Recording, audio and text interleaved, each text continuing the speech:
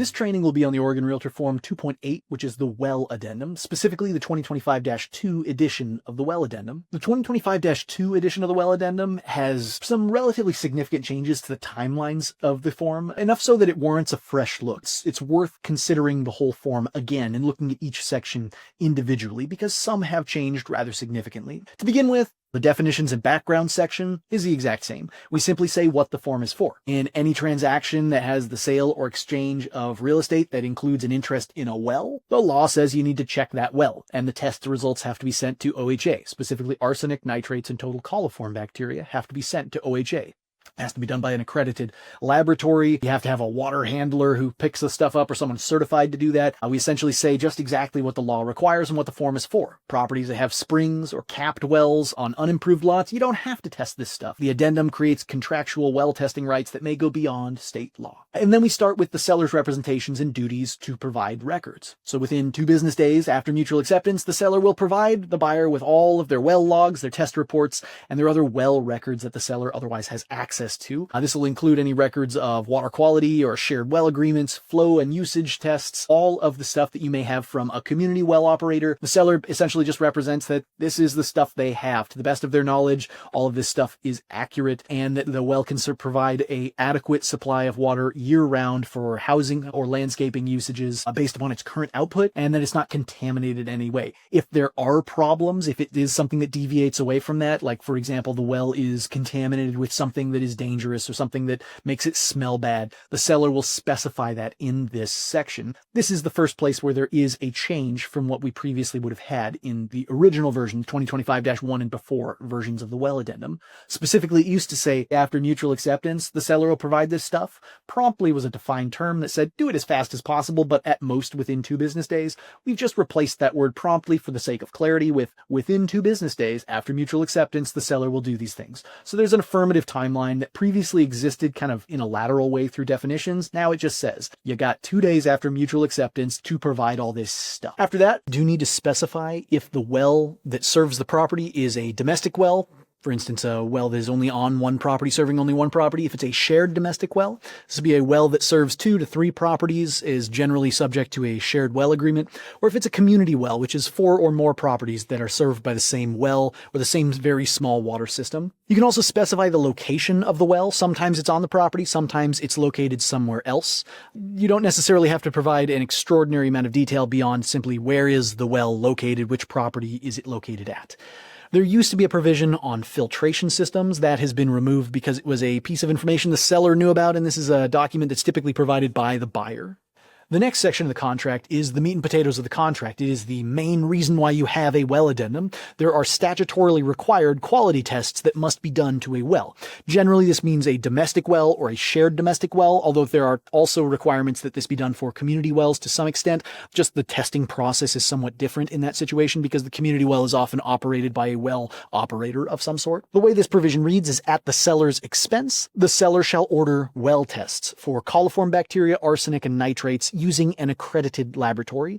You can find the list of the accredited laboratories on OHA's website or by calling OHA. The samples of water that are collected have to be collected by someone with appropriate knowledge of the procedures for collection, and that means it can't just be anyone that collects these water samples. It has to be a registered sanitarian, certified water system operator, a well driller, a pump installer, or a lab technician. So make sure you use someone who is certified with that appropriate knowledge. Previously, this read that you had to get these tests ordered promptly. Now it just reads within 2 business days after mutual acceptance. Within 2 business days after the reports are received, the seller or their designee, the seller's agent, has to submit these reports to OHA as required by statute and has to submit these to the buyer. The reporting, when they send these reports over to OHA and the buyer, it has to happen within 15 business days, or you can set a number of business days after mutual acceptance. So there is a window during which the reports must be completed and the reports must be delivered to the other party. Make sure you extend out this timeline if you need need to if it looks like the well tester is not going to get out in time, but you do need to get the tests done within this window. For the buyer, this tells the buyer if the report is not received within that time frame, it might not be something that is received before closing, and if that is something the buyer is passionate about, they might find that to be a reason to either send in a notice of default or to potentially terminate the transaction later on. If there is a community well going on, then the parties need to specify the community well tests in Section 8. Typically, the community well is going to be operated by some well operator who does coliform bacteria and nitrate tests regularly, but they will not necessarily have an arsenic test, so the seller may have to do an arsenic test. Now, the optional testing is the section that has all the other stuff. These are tests that would be additionally ordered by buyer. They're not required at statute, but they're things the buyer can do if they so wish. They'll order these tests within 2 business days. Previously, it was promptly, but now it's within 2 business days.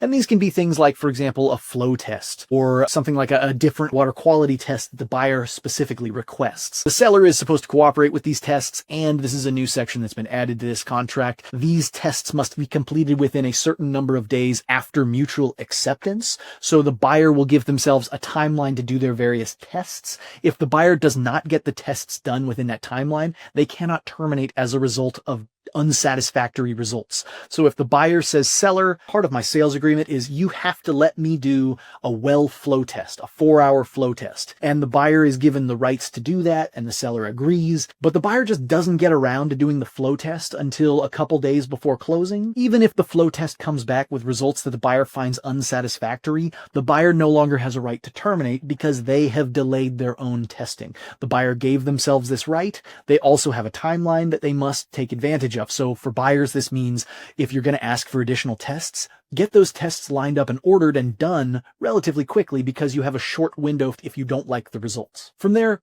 if the tests are not acceptable for whatever reason and you are within the timelines that are allowed, the buyer has a requirement that they notify the seller. They basically say, seller, I got well tests or well records that I don't like. I don't like the results of these. And after the seller has been given this notice of unacceptable well condition, the buyer is given a short period of time, the well period, to either terminate the transaction, say, I got your well results, seller, I saw the coliform bacteria levels, and I don't want that well because it makes me uncomfortable. The buyer has a right to terminate within a short period of time. Or the parties can try and renegotiate some forward solution. Seller, I will accept your property, but you've got to shock the water so much that I don't have to worry about that coliform bacteria. You got to deal with it. And so there's a short period of time where the buyer is allowed to either terminate or come to some sort of a solution. If the parties do reach some sort of an agreement on how they move forward, then the buyer no longer has a right to terminate. If the parties on day 1 of that well period say, seller, shock the water, then I'll be happy with it. Congratulations, you've solved your problem. The buyer doesn't have a right to terminate anymore during the well period. If the buyer otherwise does not take advantage of their right to terminate during the well period, if they let that whole well period run and they don't tell the seller, I want out, or they don't come to some sort of a solution negotiated with the seller, the buyer no longer has a right to terminate. It is a use it or lose it right. So if the buyer finds something they find reprehensible, you get out now, or you figure out a solution quickly. You don't just delay and sit on this thing for a while. If the seller does request, the buyer needs to provide copies of inspection reports and various reports that are ordered. So if the seller asks for it, the buyer needs to provide those various tests about the seller's well. The well test addendum also has this provision called buyer acknowledgements, which essentially says the well test itself is the condition of the well at the moment you tested it. It could be that between the moment you test the well and closing, like a rat falls in the well and dies, and that will taint the well. That sort of thing happens. It could be that there's a shifting of the soil and it cracks something and new water that is tainted flows into the reservoir. All sorts of things happen. The well test only tells you what the condition of the well is at the moment testing occurs. The buyer acknowledges by signing this document that there is all sorts of stuff that could happen between when the well is tested and when they close. And if the well test and the well water at closing are different, that's just how it shakes out sometimes. Catastrophic events occur. Similarly, if the well is not registered, there are requirements at law that the parties both agree they're going to be a part of. At law, it essentially says if the well is unregistered, the buyer or the buyer's representative needs to register that well with the Oregon Water Resources Department. At law, this is a requirement that is applied to the buyer side of the transaction. Why not the seller side? Because the law chose to apply it to the buyer's side. But essentially, if the buyer is purchasing property that has a well and that well has never been registered, they have a short period of time during which they need to send in an application form to the Oregon Water Resources Department that will register the well. The seller will assist the buyer as necessary, and these obligations will survive closing, so the seller is going to help get this well registered with whatever information needs to be provided. Usually it's not a onerous amount of information, so they're not asking the seller to provide a whole lot of stuff after closing by saying that their obligations succeed after closing. And that's all of the changes that occurred to the Oregon Well Addendum. That's the whole document in the 2025-2 edition.